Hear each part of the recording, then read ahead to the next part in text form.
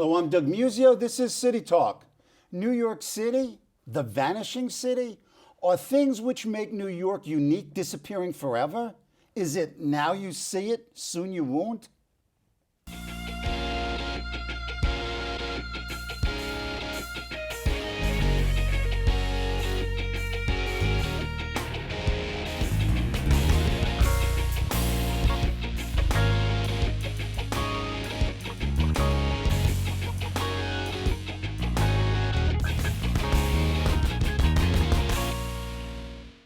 Yes, New York City is vanishing, says filmmakers Fiore DeRosa and JSenko in their 2010 documentary, The Vanishing City. Fiore is a longtime Lower Manhattan resident and an award-winning film and theater director. He founded and was the creative director of the Abraxxas Theater in New York City and previously was the managing director of Hunger Theater of Philadelphia. He is currently directing a documentary, Rat Kings, based on the best-selling novel. JSenko is also an award-winning filmmaker and a longtime Soho resident. Jen's first documentary, Roadmap Warrior Women, won recognition and several festival awards. Over the past 10 years, she's been involved in writing, directing, producing, casting, and shooting. She started her corporation, JSenko Productions, in order to produce a number of independent films, including Downsizing of the Gods. Jen also wrote and co-directed Jesus Cares, Guess Who Doesn't? She's currently writing a screenplay based on a true story. Welcome, folks. Thank you. Very impressive film, let me tell you. I mean, part of it is that I agree with its basic premises and much of its analysis, and my friends are in it, but it is really an interesting oppositional narrative. Now, you've got some success on the award circuit just recently. Talk about it. Well, recently we were in the Williamsburg Film Festival and the Harlem Film Festival, and a few weeks back in the Los Angeles International Film Festival. In Los Angeles, we won honorable mention, and in Williamsburg, we won the best documentary, feature documentary, and in Harlem, we won the best short documentary. And the reason why? What is it in your mind about this film that's garnering this attention and praise?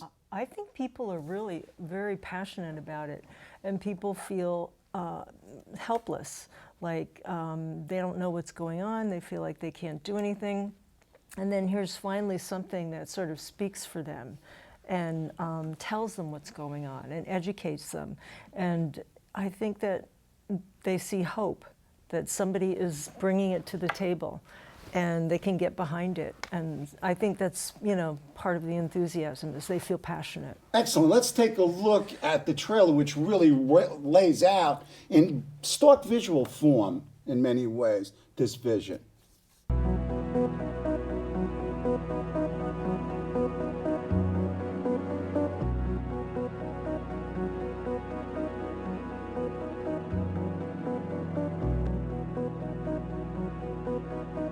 New York City needs development. There's no denying that, but we don't want it at the price of losing the heart and soul of our neighborhoods and what gives them the character that makes them special and unique, that makes people invest their lives as well as their money in them. This is the most dramatic change of them all insofar as the business life is concerned in Harlem. These are serious things which are displacing people totally. The city comes up with a plan, and then the community has to fight the plan. People with $60,000, $70,000 incomes cannot afford to live here. Firemen cannot afford to live here. Policemen cannot afford to live here. You have encircled Harlem like you've encircled a wagon. No wonder you call us the last frontier. We know what you're trying to do. Driving out poor, working class, blacks and Latinos out of Manhattan, and also working class and moderate income whites. You're driving us out. Manhattan is going to be for the rich. Areas where there's poor quality housing, lack of services, lack of transportation is going to be for the poor. There's going to be the very rich and the very poor and nobody in between. When you have the distribution we see with this global era, the city itself is in trouble. How did you come to make this particular film with its particular points of view and evidence? Well, I was looking around my neighborhood and I'm seeing all these changes taking place. I'm seeing a lot of my favorite places like Zito's Bakery and Kenny's Diner and McGovern's Bar. And this neighborhood is what? And Hudson Square, Soho area, Okay. Greenwich Village. Okay. It's, you know, it's a small sort of village really Right. around there. It's an enclave. And I'm seeing all these places close. And then I'm seeing a lot of my friends and neighbors being priced out. They're leaving the city because they're tired of being rent poor. So they just left the city. And I thought, this is really sad, because I've been here for over 30 years and I love this city. And I thought, I'd like to document this. So Jen had been an acquaintance of mine, and I know she had made a documentary, and I'd only made fictional films at that time, narrative films, so I figured I'd approach her and ask her if she would make this documentary with me, and she said yes. What intrigued you about the project? What got you sold on this? Well, first of all, I love the documentary format, but I too also was moved by what I was seeing every day. I felt like every day when I went to the gym, which is in Chelsea, I would see a new building pop up. And again, you know, I was seeing friends that had rent-stabilized apartments having to fight to keep them, constant landlord pressure. But so basically it started out as a nostalgia piece. We were just going to document, you know, the mom and pop stores that we were losing. We were going to interview people that were in danger of losing their apartments. Well, how then did the focus change from sort of this nostalgic view, it sounds with a little bit of edge, to a really sort of fierce advocacy and educational piece? Well, that was an interesting thing. I was on the street talking to a friend of mine who was a restaurateur, Phil Mokino. And I told him about the documentary and what we're shooting and how I felt. It was so sad, things were changing. And he said, you know, he made this huge, broad gesture and said, from Canal Street all the way up to Columbia Presbyterian, you're going to see a wall of green glass buildings. And I looked at him incredulously and I said, well, how do you know this? And he told me about Plan NYC.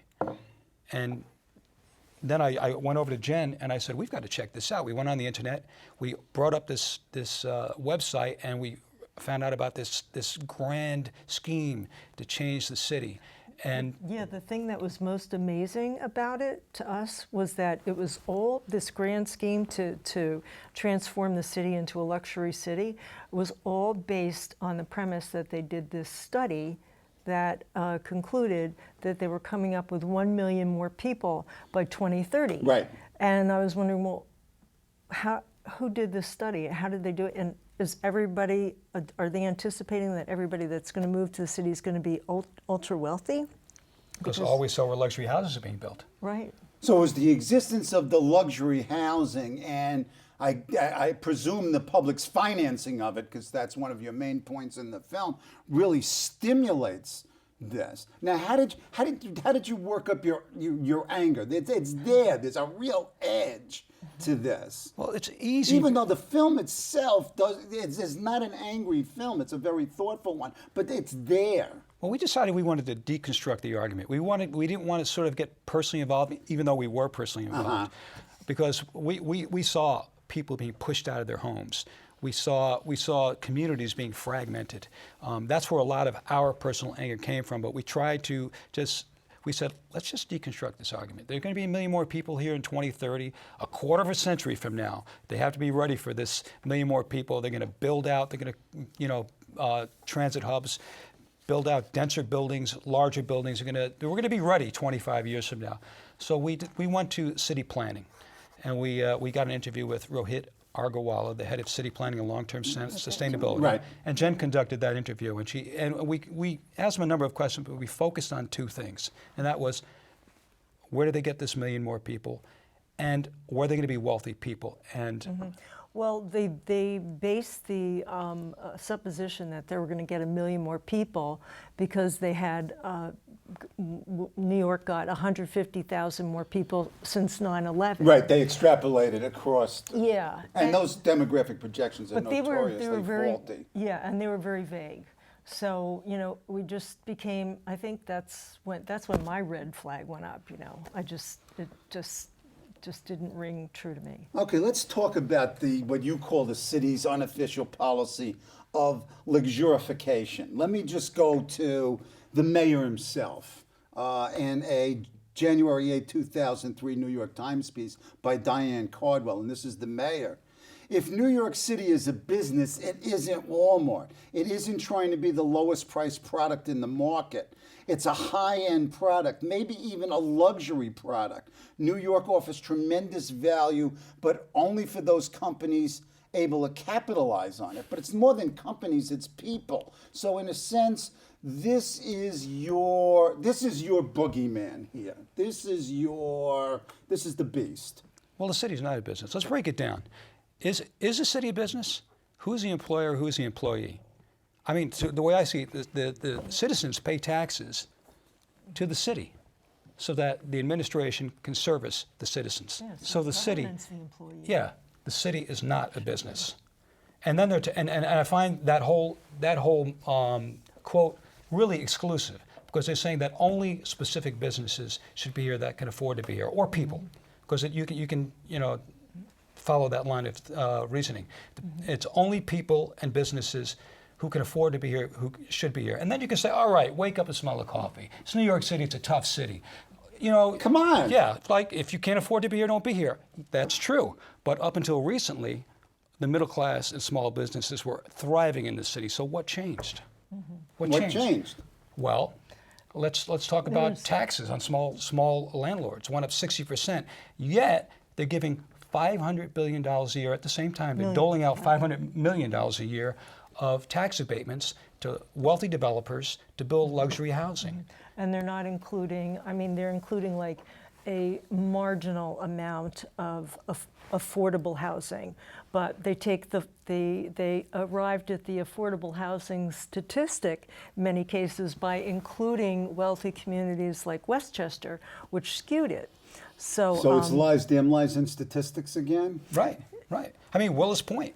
Willis Point's an example. Okay, let's look at, in a sense, look at the documentary. Not only do you have the commentators, experts, analysts, pundits, activists talking about this, you go to specific cases. One of the real strengths is how you move from location to location and talk to the impact of people on the ground. Talk about Willets Point, for example. Well, Willets Point, you have a thriving community of small businesses. They call it the steel belt? Iron Triangle. Yeah. You've got a lot of auto parts places there, and you've got steel places, but you also have places that are food co-ops and things like that. They're thriving. Yet and the city people drive in Queens. Right. So the city decides they're going to go into this small area, this area that's thriving, and they're going to take it by eminent domain, and they're going to give it to a large developer to build a convention center. Describe Willets Point. I mean, we don't have the film in front of us, but describe the look of the area. One thing incredible about Willets Point is that the roads are not paved. Right. There's no sewers. No sewage. And for years and years, the community and the people in the community petitioned the local government for sewers and for streets. And they haven't gotten them. Why? Well, because they're in between 3 or 4 major highways. It's a perfect place for what they've wanted to put there for years, a stadium or convention center. They don't want those businesses here. These certain types of businesses don't fit in the new global city. New global city is a white-collar city. It's biotech, it's finance, it's medical, it's universities. This is Mike Bloomberg City. Yeah, it didn't start with Bloomberg, but he's clearly accelerated it. New York is not unique in this, but in a sense, being who we are, sort of the iconic leader, if you will. It's important. But talk more, let's keep the Willets Point story going. Now, what's happening? Well, what's happened is they're taking it by eminent domain. They're going to take, a lot of the businesses have sold out now. been pressured, and they realize, they've got to get something, they're going to go and they're going to move out. But what we're losing is these thriving middle-class businesses, small manufacturing, light industrial. We're losing the diversity of businesses in our economy. They're putting up a convention center, and it's not likely that the convention center will be able to employ as many people as the tens of thousands of people that are already employed there. Or you take the land by eminent domain like New London did in the Kelo decision, and then leave it barren. So they take the housing, destroy communities, and now you've got vacant lots. Mm-hmm. With this recession, they probably will not build. Now, isn't also the city's objection to Willett's point that it doesn't look like the luxury? I mean, it's aesthetically displeasing. Right. But what's ironic about that is that they allowed that to happen themselves.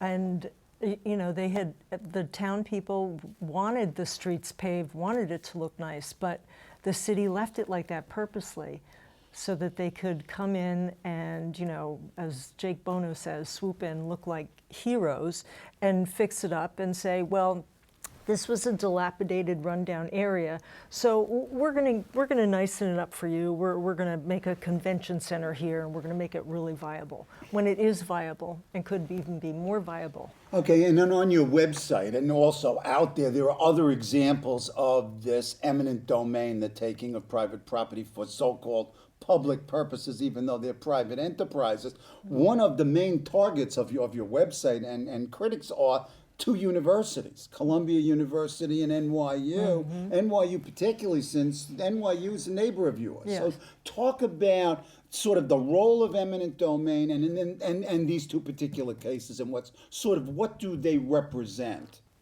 Eminent domain was specifically set up to take land for public use, for schools, for roads. Hospitals. But since the Kelo case, they've basically given them the permission to take land from one private owner and give it to another private owner. And what's happening is we're taking land from small private owners, giving it to these big private owners to enrich themselves, like in Atlantic Yards with Ratner, and in Manhattanville in Harlem. So the Columbia University can move in and expand.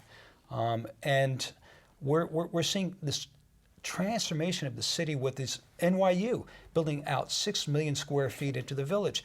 And the city there, the community there doesn't want it. They have options. They can go down to ground zero. They're looking for people to rent space there, but they want that land So there. these universities are not good neighbors and they're tax exempt. Right. Yes. Right.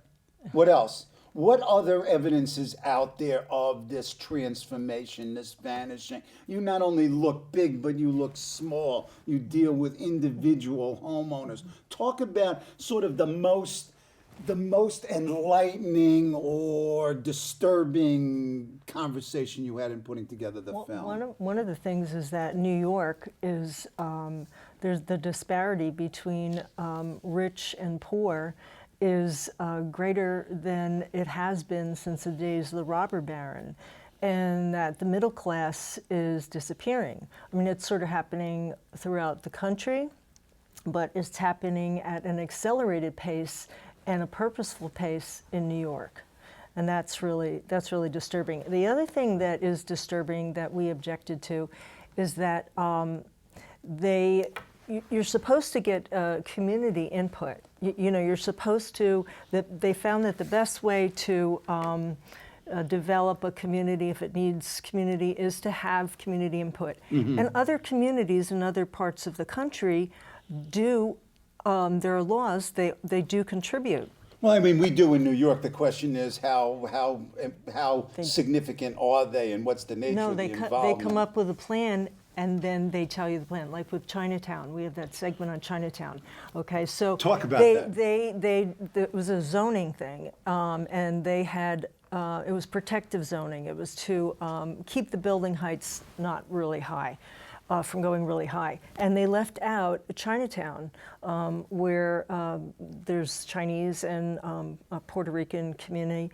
And so Chinatown, and the day that And they left it out for an obvious reason. They didn't leave it out unintentionally. They target specific areas. And that's what happened at when the city came to present this to the community, and there was practically a riot in the, I don't know where it was that they had it, but there was a school down in and they were, Allen Street. They felt it was racist rezoning. So this is sort of top-down rezoning with a class bias? The specific communities are being targeted. Specific communities of Harlem, Lower East Side. Street. Well, here's an example. Harlem and Williamsburg, they were rezoned, and they came out with their own 197A plans, which are community-based rezoning plans. Go ahead. They were rejected. By city planning. By city planning. Riverdale comes out with theirs, a wealthy plan, wealthy community, and they are accepted. So we're seeing clearly who is excluded and who isn't. And who's excluded? The middle class, the working class, blue collar, What industrial. about the governmental representatives? I mean, what are they doing? I mean, that's the question we have. You had one elected official in the film. She's amazing. Deborah Glick, She's that amazing. Was it. Tony Avella. Oh, Tony Avella Avella. is I'm terrific. sorry. I apologize. And there are a few. Okay, Believe me, I there are a few. apologize. But and some of them are my friends. Yeah, there are a few. But what we're seeing is, I don't know what it is. This isn't a powerful administration, and it seems like they've sort of caved into this vision. And like we said, this is something that's been going on since the 70s, but it's accelerated. Look at Yankee Stadium in the Bronx. I mean, you trade in all that parkland, quote unquote, and they build the stadium, and you ain't got the parks. Right.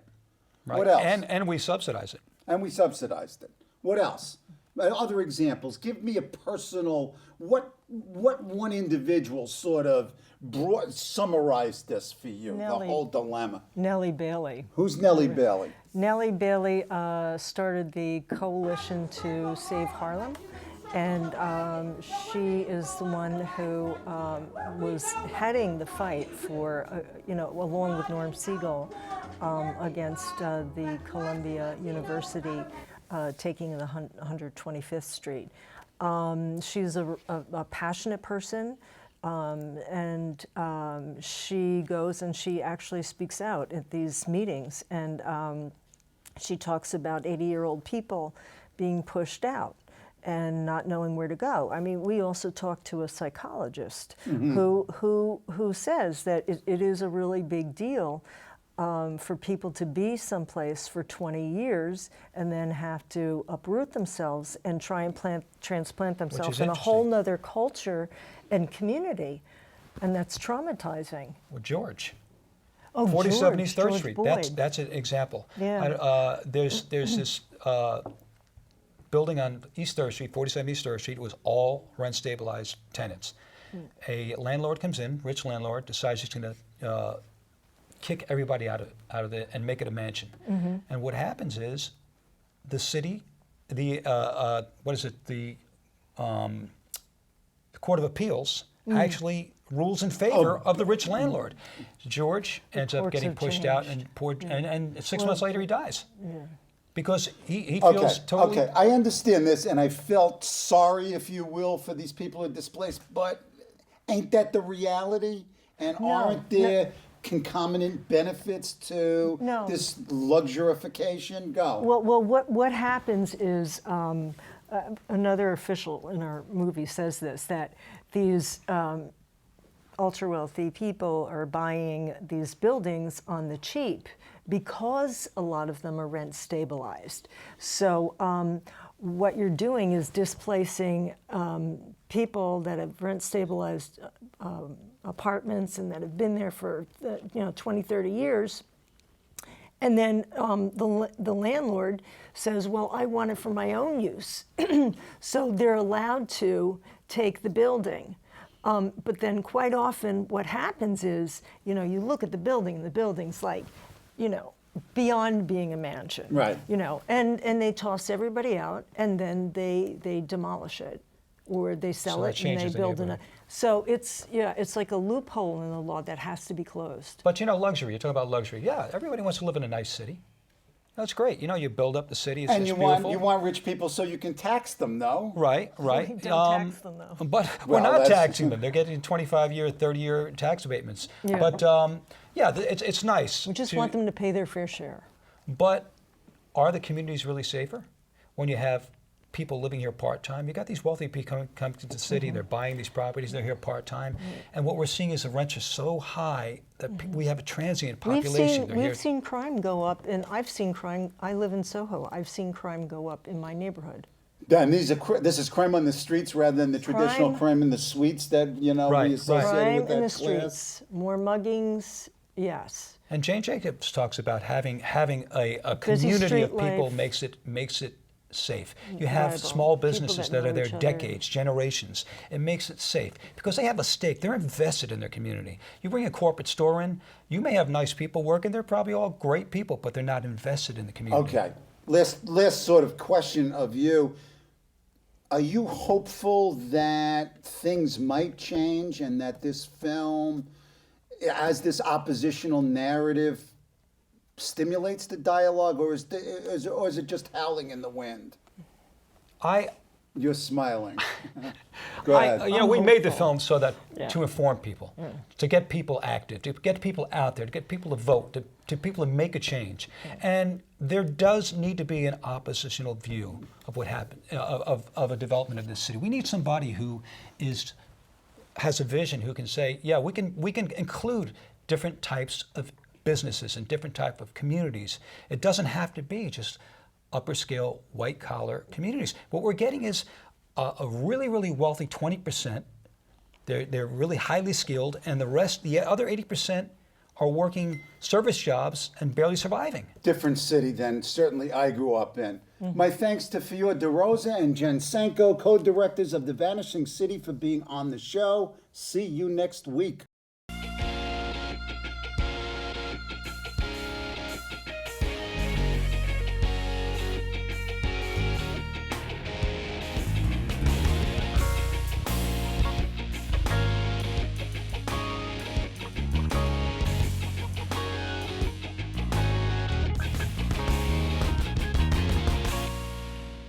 Hello, I'm Doug Musio. Let us know what you think about this show.